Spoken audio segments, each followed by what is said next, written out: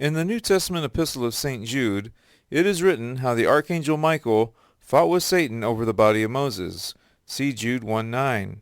However, this story is nowhere to be found in the entire Old Testament.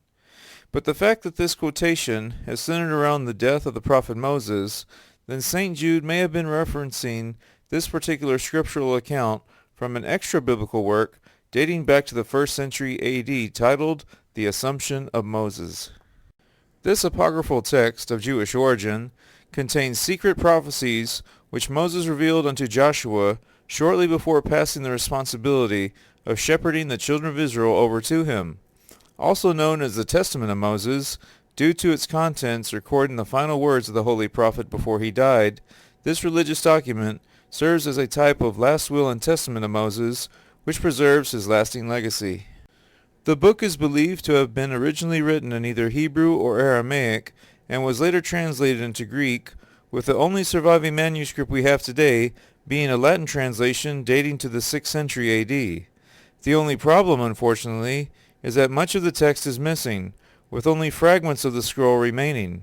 Because the text is incomplete, it has been speculated that the missing parts may have originally included the dispute over the body of Moses between the Archangel Michael and Satan, as we see transcribed in Jude 1:9.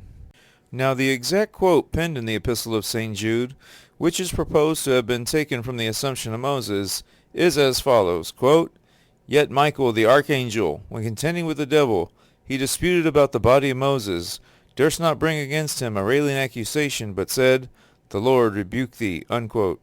See Jude 1:9. Though we cannot know for certain if this quotation is directly taken from the Assumption of Moses, due to the missing sections of this fragmentary manuscript, it would, however, make sense if St. Jude was quoting from this book, since the verse in Jude speaks of a unique event surrounding the death of Moses, which is not found anywhere else in the Holy Bible. Also, the Epistle of St. Jude was written around 70 A.D., with most scholars agreeing that the Assumption of Moses was written around this time as well, or at least sometime during the 1st century of the Common Era, prior to the writing of the Epistle of St. Jude.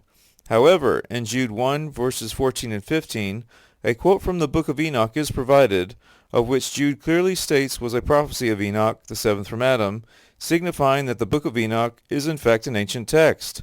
Following this pattern of ancient themes woven throughout St. Jude's epistle, we could argue that the Assumption of Moses is also ancient, and therefore it may date back long before the early Christian era, as opposed to what many modern scholars teach. Concerning the Book of Enoch, as quoted in Jude, it must be understood that most Bible scholars do not believe it was written by the prophet Enoch, nor do they accept that it is an ancient text. What is held by modern critics is that the Book of Enoch was put together by Jewish scribes somewhere between the 3rd century B.C. and the 1st century A.D. But by placing the origins of Enoch to such a late date, this in turn totally contradicts the teaching of St. Jude, who writes that it was Enoch himself who gave the prophecy Jude quotes from, making the Book of Enoch not only ancient, but quite possibly the very first book ever written. So though not completely airtight, we could say that there is a possibility that the Assumption of Moses is quite older than what is generally taught by Bible scholars, due to the questionable age of the Book of Enoch in accordance with the writings of St. Jude. In addition to the possible quote written in the Epistle of St. Jude, the text of the Assumption of Moses itself primarily focuses on the final days of the prophet Moses, as well as highlighting his prophetic utterances concerning the future plight of the children of Israel. This narrative goes on to describe the ascent of Moses into the heavenly realms, where God grants Moses a series of revelations pertaining to the fate of the Israelites, as well as information regarding the coming of the Messiah and the ultimate judgment of the nation of Israel. This book also touches upon themes of faith, such as the importance of being obedient to the Lord's commandments and the chastising consequences of disobedience. So not only does the Assumption of Moses reveal insights into early Jewish thought and the wisdom teachings of morality, it also serves as one of the first ancient Jewish texts outside of the Bible on the topic of eschatology, or the subject of the end times.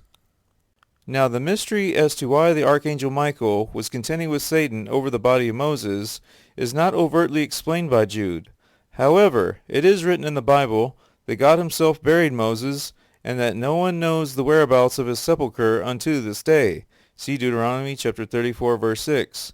So it would seem that God wanted to protect Moses even after his death, by not allowing the devil to desecrate his body, nor did the Lord want any human hands touching or defiling the corpse of this special servant of God, whom the Lord knew face to face.